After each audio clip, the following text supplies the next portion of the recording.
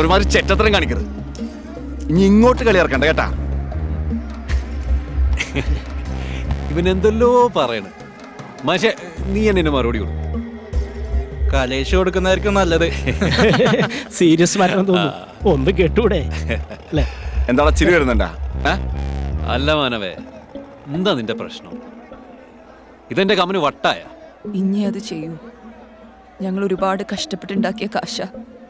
എന്തിനാ എനിക്കത്? ഇങ്ങ തിരിച്ചു താ. എന്താ മാനവേ ഇത് ഈ പറയണ? നിങ്ങൾ നാട്ടുകാരിൽ നിന്ന് പൈസ പിരിച്ചുണ്ടാക്കിയിട്ട് അതുകൊണ്ട് ഈ വെള്ളം അടിച്ച് കളഞ്ഞിട്ട് എന്നെ കള്ളനാക്കും. കലേഷേ, ഇതൊക്കെ നാടക. നിന്റെ ഈ നക്കാപ്പിച്ച കാശ് മോഷിച്ചിട്ട് കലേഷൻ എന്താണ് ഭായി കാര്യം? അതന്നെ അടിച്ചെന്റെ കണ്ണിയം പൊട്ടിക്കും. എടാ, നിന്റെ ഈ ഷോ ഒക്കെ ഇവളുടെ മുമ്പിൽ ആളാൻ വേണ്ടിയല്ല. എന്തായാലും മുറുക്കി പിടിച്ചോ, അല്ലെങ്കിൽ മീൻ വഴുതണ പോലെ വഴുതിപ്പോ. എടാ, നിന്നെ പോലെ പെണ്ണിന്റെ ശരീരം കണ്ട മൂട് മാറുന്നൊരു ചെറ്റല്ല ഞാൻ. ഇവളെ ഞാൻ സ്നേഹിച്ചിട്ടുണ്ടെങ്കിൽ ഇവൾക്ക് വേണ്ടി കൊല്ലാനും ഞാൻ മടിക്കില്ല. ഛേ, അങ്ങനൊന്നും പേടിപ്പിക്കല്ലേ മാനവേ. എടാ, സത്യോടെ ഞാൻ എടുത്തിട്ടില്ല. പിന്നെ നിന്റെ കൂട്ടുകാർ കുറെ പേരുണ്ടല്ലോ.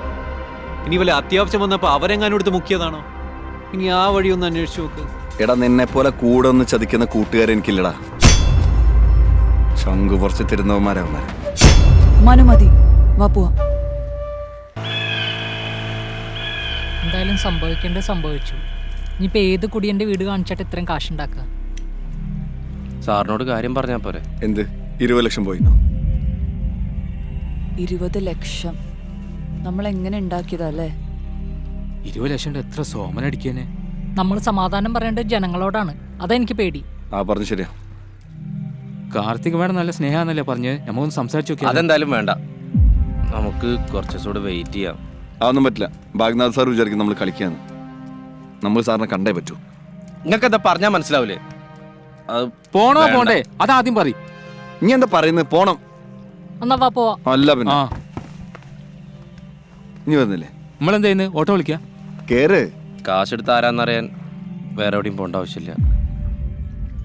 അതെടുത്ത് ഞാനാ കലേഷിന് വേണ്ടി. ചെയ്യുന്നോടാ എല്ലാം എന്ത് കളിയാ കളിച്ചേ? എനിക്ക് വേറെ വഴി ഉണ്ടായിരുന്നില്ല, അല്ലെങ്കിൽ എന്റെ പെങ്ങളവൻ. അപ്പോ ഞമ്മക്കതങ്ങ് ഉറപ്പിക്കാം അല്ലേ മുസ്ലിയാരെ? നല്ല തറവാട്ടുകാർ തന്നെയാ. പാണത്താഴ്ന്നൊരു ബന്ധം ഉണ്ടാവെന്ന് വെച്ചാല് വലിയ കാര്യ. സേതാലിന്റെ പത്രാസ് തന്നെയാ. ഓലിക്കു സമ്മത. പടച്ചോന്റെ നസീബ് കൊണ്ട് എല്ലാം നന്നാവും. എന്നാ പിന്നെ കാര്യങ്ങൾ അങ്ങ് നീക്കിക്കോളേ. എല്ലാം പറഞ്ഞ പോലെ. അസ്സലാമലൈക്കും. വാലൈക്കും അസ്സലാം.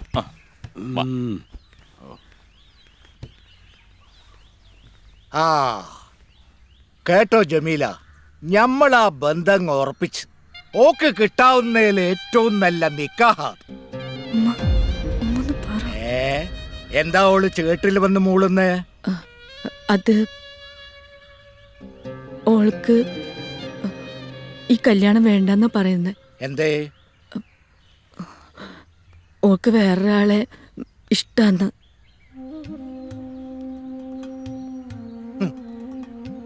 ഇക്കാന്റെ കൂട്ടുകാരന്റെ പെങ്ങളെ കണ്ട് പഠിച്ചതാണോ മോള്? നന്നായി. ഓള അവസ്ഥ എന്താന്ന് ഇക്കാനോട് ചോദിക്കുന്നത് നല്ലതാ. പിന്നെ ഞാറാമ്പറപ്പ് കാട്ടിയാല് സേതാലി പിന്നെ തിരിഞ്ഞു മറിഞ്ഞു നോക്കൂല. സലീമിനെ കിട്ടാനായില്ലെങ്കിൽ ഞാൻ ഉറപ്പായിട്ടും ചത്തോളെ. മോളെ, ചാവുന്നവരിങ്ങനെ പറയാൻ നിൽക്കൂല. ഇപ്പത്തെ പിള്ളേർക്ക് ഇതൊരു പേച്ചനാ. ഇഷ്ടമില്ലാത്ത കാര്യങ്ങൾ പറയുമ്പോ ചാവുന്നുള്ള ഭീഷണി.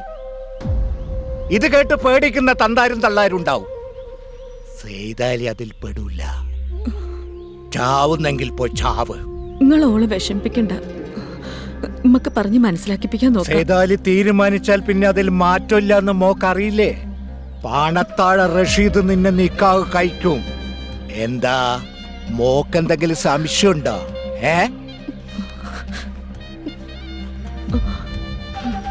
മോളെ,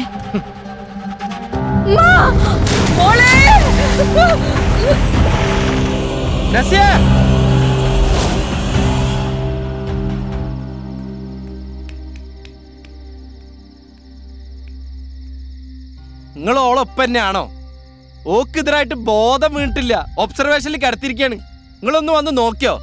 ഓക്കെന്തെങ്കിലും സംഭവിച്ചിട്ടുണ്ടെങ്കിൽ ആ ശവം ഞങ്ങളെ കൊണ്ട് തീറ്റിക്കും. ഞമ്മളെ അപമാനിക്കുന്ന ആർക്കും ഈ വീട്ടു സ്ഥാനമില്ല. അഭിമാനം വിട്ട് ചെയ്താലി നിൽക്കൂല. നമ്മള് ബാക്കോടുത്ത നിക്കാതെ നടക്കണം.